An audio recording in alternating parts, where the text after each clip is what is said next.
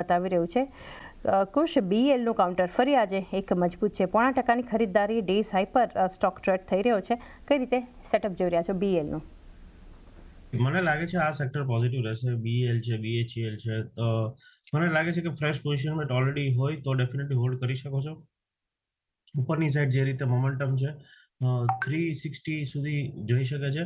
હવે one way આપણે એક તેજી જોઈ છે એટલે ફ્રેશ પોઝિશન હમણાં નહીં, બટ થોડું કરેક્શન આવે ત્યારબાદ લેવું જોઈએ. 360 આવે તો એકવાર શોર્ટ ટર્મ ટ્રેડ હશે પ્રોફિટ બુક કરી લેવું જોઈએ. 360 પર એક શોર્ટ ટર્મ ટ્રેડર છો તો પ્રોફિટ બુક બીએલના કાઉન્ટર પર એક કરી શકો છો તમે. એનબીએફસી માટે ગૌરંગજી એક વ્યૂ લઈએ, કારણ કે અત્યારે જો બજાજ ફિનસર્વ 1.25% ખરીદદારી સાથે આપણે જોઈ રહ્યા છીએ. આ સિવાય બજાજ ફિનાન્સમાં પણ મજબૂતી, આરઈસી પીએફસી જેવા સ્ટોક્સ છે, MNM financial, LNT finance, Canfin homes એક મજબૂતી આપણને બતાવી રહ્યું છે. એની સાથે સાથે જે ફોકસ આપણને બનતું દેખાડી રહ્યું હતું મુથુટ ફિનાન્સ, ગૌરંગજી ગઈકાલે આટલા સ્ટ્રોંગ સેટ ઓફ નંબર્સ બાદ જે ઘટાડો આ કાઉન્ટરમાં આવ્યો છે, તો ઓવરઓલ એનબીએફસી માટે તમે કઈ રીતે એક્સેલ આપશો આગળ? આખું વિત્તીય ક્ષેત્રનું બ્રહ્માંડ અમને સારું લાગે છે. ચાંદની સરકારી બેંક, નિજી ક્ષેત્રની બેંક અને જે મજબૂત એનબીએફસી છે, અને વ્યાજ દરોની જે કાપણીની ટિપ્પણી કરી કાર્યક્રમના શરૂઆતમાં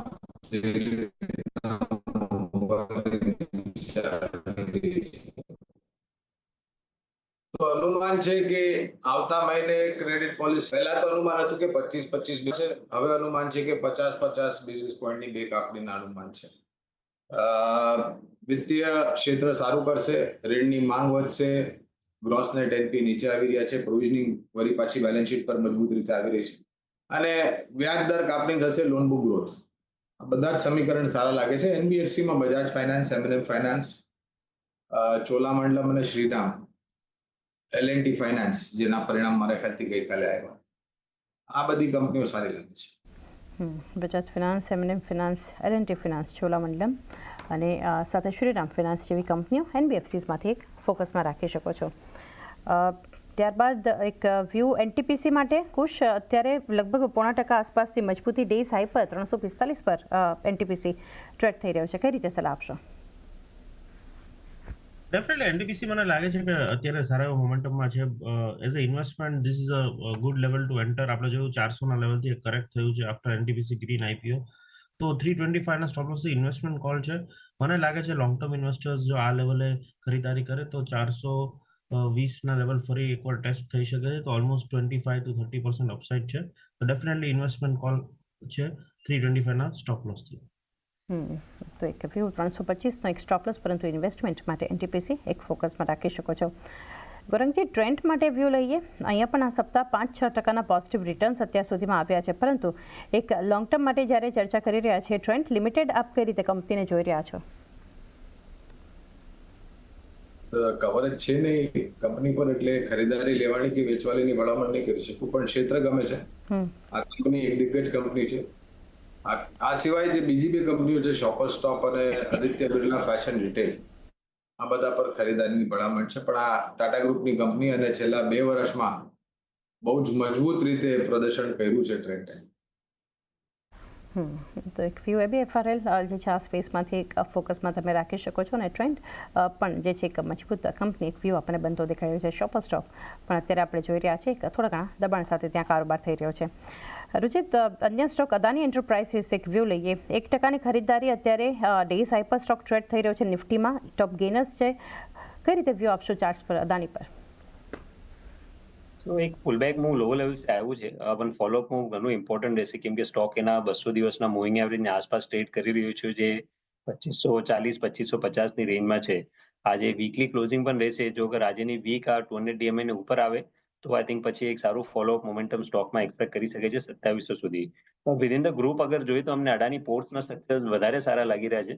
એક રિલેટિવલી જે પ્રાઇસ અપમૂવ રિસેન્ટલી થયું છે અડાની ગ્રુપના અમુક સ્ટોક્સમાં, એમાંથી અડાની પોર્ટ્સમાં તમે જોશો તો વોલ્યુમ્સ એનો સારા અપમૂવમાં થયા છે.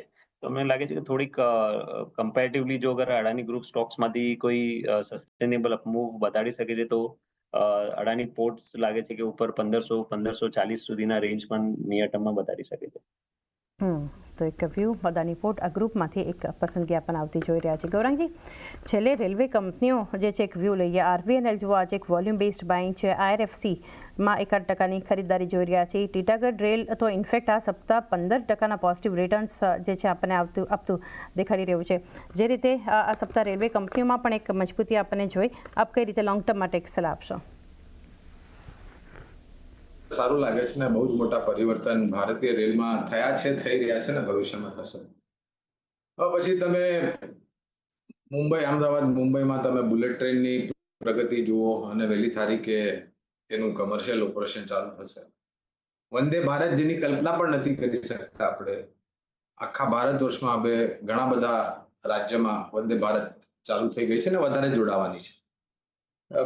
સ્ટેશનનું આધુનિકરણ, એની સાથે જે રેલવે ટ્રેક્સ છે એનું આધુનિકરણ અને કોચીસમાં આધુનિકરણ, લાસ્ટ માઇલ કનેક્ટિવિટીમાં જે અત્યારના તકલીફ છે એમાં સુધાર કરવાના પ્રયાસ, વધારે પડતા નેટવર્ક અલગ અલગ રાજ્યમાં દૂર જગાઓ પર જોડાવાના પ્રયાસ.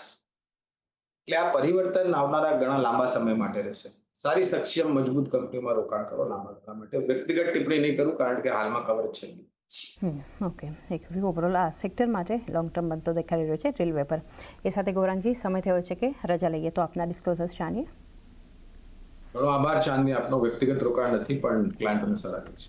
ગૌરાંગજી, આપનો પણ આભાર અમારી સાથે જોડાઈને માર્કેટ પર ચર્ચા કરી. અન્ય સ્ટોક્સ પર ચર્ચા આગળ વધારીએ પહેલા રુચિત, ટ્રેડિંગ કોલ્સ જાણીએ આપના તરફથી. જી, ટ્રેડિંગ રેકમેન્ડેશન્સમાં એક તો આજે આનો ખરીદારીની સલાહ મારી મઝગાંવ ડોકમાં રહેશે, કે જ્યાં ઓવરઓલ આપણે જોયું છે કે એનો ડિફેન્સ સ્ટોક્સનું રિસેન્ટલી કાફી સારું મોમેન્ટમ જોવા મળ્યું છે. ટ્રેન્ડ હજી પણ પોઝિટિવ છે અને અહીંયા પણ અમને લાગે છે કે બ્રોડ બેઝ બાઇંગ આખા ડિફેન્સ સેક્ટરમાં થયું છે. મઝગાંવ ડોક કરંટ લેવલ્સ ઉપર ખરીદારીની સલાહ રહેશે 3120ના સ્ટોપ લોસથી, અને શોર્ટ ટર્મના સ્ટોકમાં 3450ની આસપાસના ટાર્ગેટ્સ આ સ્ટોકમાં રહી શકે છે. અને મારી સેકન્ડ પિક રહેશે ટીવીએસ મોટર્સમાં. ઓટો એઝ અ સ્પેસ આપણને એક સારો આઉટ પરફોર્મન્સ ઓફ લેટ જોવા મળ્યું છે, ત્યાં ટીવીએસ મોટર્સમાં એક બુલિશ ફ્લેગ પેટર્નના બ્રેકઆઉટનું ટેકનિકલી બ્રેકઆઉટના વર્જ ઉપર છે. પ્રાઇસ વોલ્યુમ એક્શન પણ પોઝિટિવ છે, તો કરંટ લેવલ્સ ઉપર ટીવીએસ મોટર્સમાં ખરીદારીની સલાહ રહેશે 2700 નીચે સ્ટોપ લોસ રાખીને 2920ના ટાર્ગેટ્સ માટે. તો બે કાઉન્ટર. મઝગાંવ ડોક સૌથી પહેલાં તો 3120નો સ્ટોપ લોસ અને 3450ના ટાર્ગેટ માટે. ટીવીએસ મોટર 2700નો એક સ્ટોપ લોસ તમે રાખી શકો છો અને ઉપર 2920 સુધીના ટાર્ગેટ જતા બતાવી શકે છે ટીવીએસ મોટર અને મઝગાંવ ડોક માટેનો એક વ્યૂ. કુશ, તમે જણાવ્યું તો ઓપનિંગ બાદ HDFC બેંક ફ્યુચરમાં તો તમે ટ્રેડિંગ કોલ આપ્યો છે, પરંતુ ઓપનિંગ બાદ ફરી કોઈ સ્ટોક તમે આપી શકો છો. અને સાથે HLના આપણે એક ટાર્ગેટની વાત કરી હતી, સેકન્ડ લેવલ્સ જે છે 4950ના તમે આપ્યા હતા પહેલાં 20ના, ત્યારબાદ 50ના, એ ટાર્ગેટ પણ આજે ઇન્ટ્રાડેમાં અચીવ થતા બતાવી રહ્યું છે. ઓલમોસ્ટ 8 લેવલ્સ છે અત્યારે HLમાં. આમાં કોઈ ટાર્ગેટ કોઈ રિવાઇઝ કરવા માગશો, લેવલ્સ રિવાઇઝ કરશો, અને અન્ય કોઈ સ્ટોક રેકમેન્ડેશન? એટલે HLમાં ટાર્ગેટ પ્રોફિટ બુક કરો. આપણે શોર્ટ ટર્મ ટ્રેડર છીએ અને ચાંદની 4710 કે 4720 આસપાસ ગઈકાલે કોલ આપેલો, તો 200 રૂપિયા એટલે ઓલમોસ્ટ 4.5% 2 દિવસમાં મળે છે. તો as a trader we should book profit. એટલે શિફ્ટ ટુ ટાટા મોટર્સ. મને લાગે છે ટાટા મોટર્સ થોડો કરેક્ટ થયો છે સવારના ઉપરના સ્તરથી, પણ મને લાગે છે પોઝિટિવ અહીંથી રહી શકે છે 1 થી 2 દિવસ માટે. એટલે not a intraday call, but positionally જો 1-2 દિવસ તમે હોલ્ડ કરી શકતા હોય તો 720ના સ્ટોપ લોસથી ટાટા મોટર્સમાં ખરીદારી કરો. ફર્સ્ટ ટાર્ગેટ 740 ને એની ઉપર 752ના લેવલ જોવા મળી શકે. So book HIL and shift to Tata motors. તો HLમાં પ્રોફિટ બુક કરી શકો છો. અને ટાટા મોટર્સ બીજું કાઉન્ટર 720નો સ્ટોપ લોસ, 740, ત્યારબાદ 752 સુધીના ટાર્ગેટ જે છે ટાટા મોટર્સનું કાઉન્ટર બતાવી શકે છે. અન્ય